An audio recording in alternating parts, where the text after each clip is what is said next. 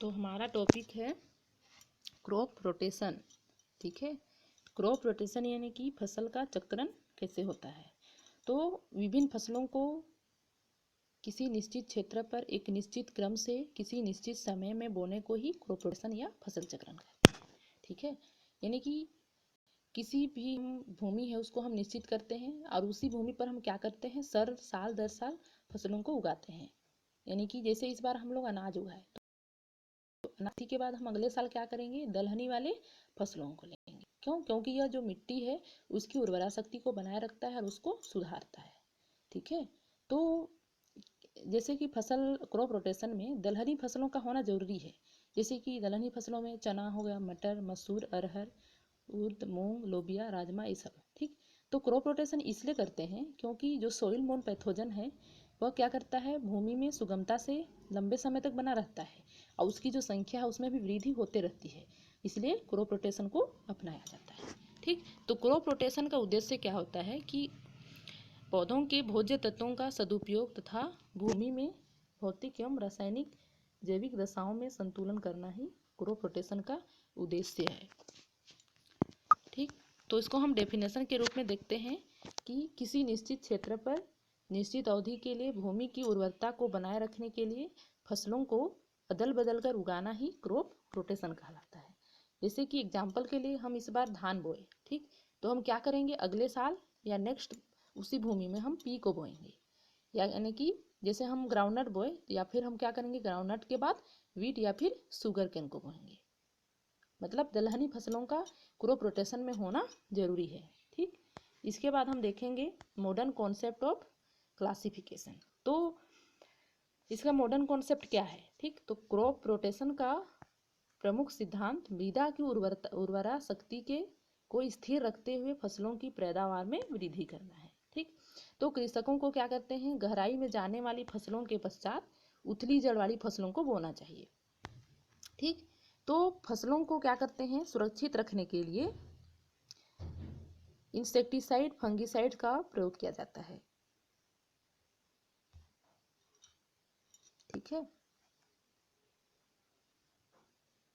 यानी कि जैसे कि हमें इस बात का ध्यान रखना चाहिए इसमें कि जिन फसलों को हम अधिक पोषक तत्वों की आवश्यकता होती है उसके बाद कम पोषक तत्वों में उगने वाली फसलों की खेती करनी चाहिए, जिससे क्या होता है, मृदा जल और पोषक तत्वों की उपस्थिति आसानी से क्या रहती है, उसमें संतुलित रहती है। ठीक, उसके बाद हम देखेंगे selection of crop rotation. Crop rotation के लिए क्या क्या हमको सिलेक्ट करना चाहिए।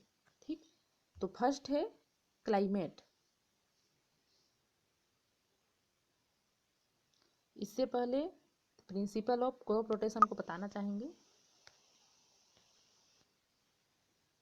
तो क्रॉप रोटेशन का प्रिंसिपल क्या होता है, इसका सिद्धांत क्या होता है। ठीक, तो क्रॉप रोटेशन में विभिन्न प्रकार के पौधों का सिलेक्शन करते समय कई सारे प्रिंसिपल का ध्यान देना चाहिए। ठीक है, ठीक, तो फर्स्ट है क्लाइमेट।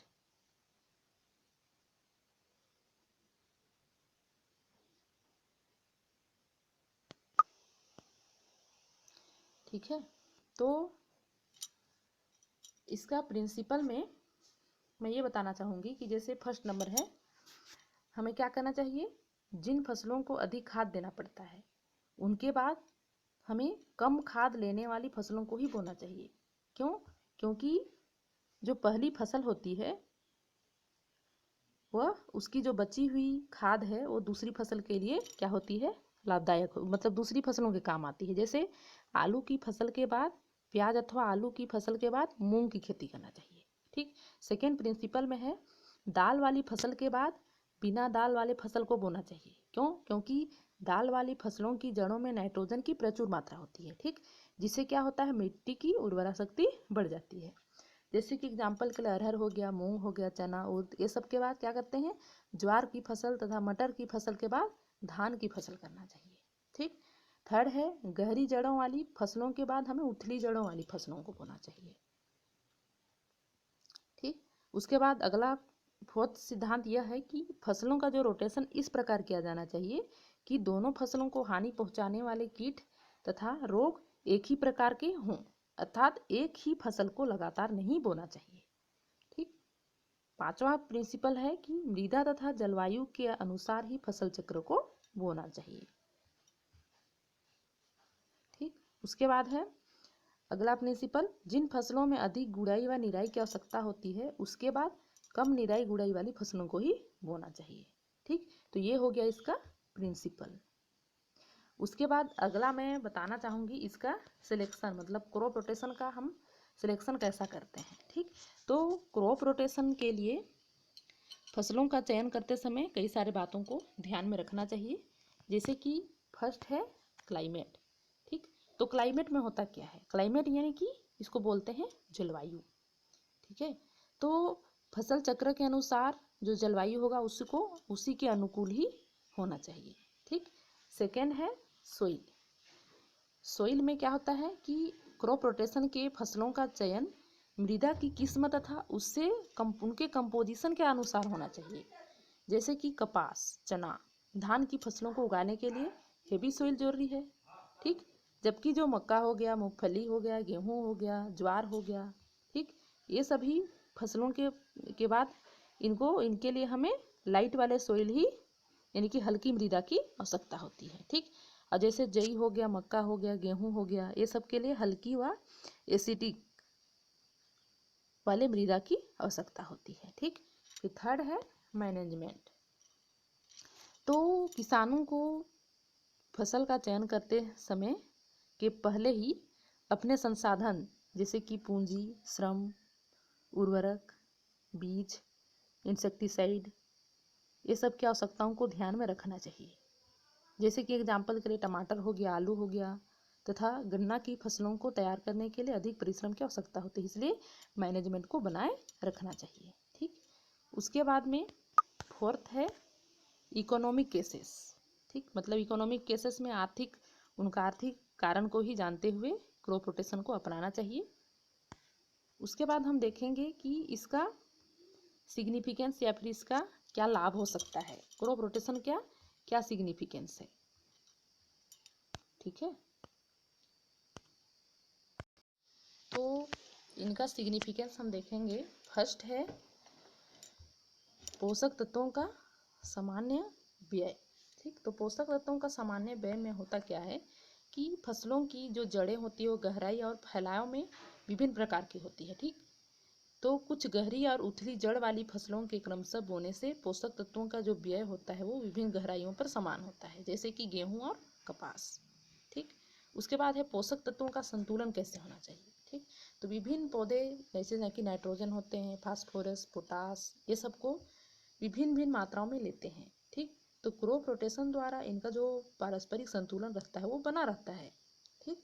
तो एक ही प्रकार के फसलों को निरंतर बोने से अधिक प्रयुक्त होने वाले पोषक तत्वों की भूमि में शून्यता हो जाती है। ठीक। थर्ड है हानिकारक कीटाणु रोग और घास पात की रोकथाम।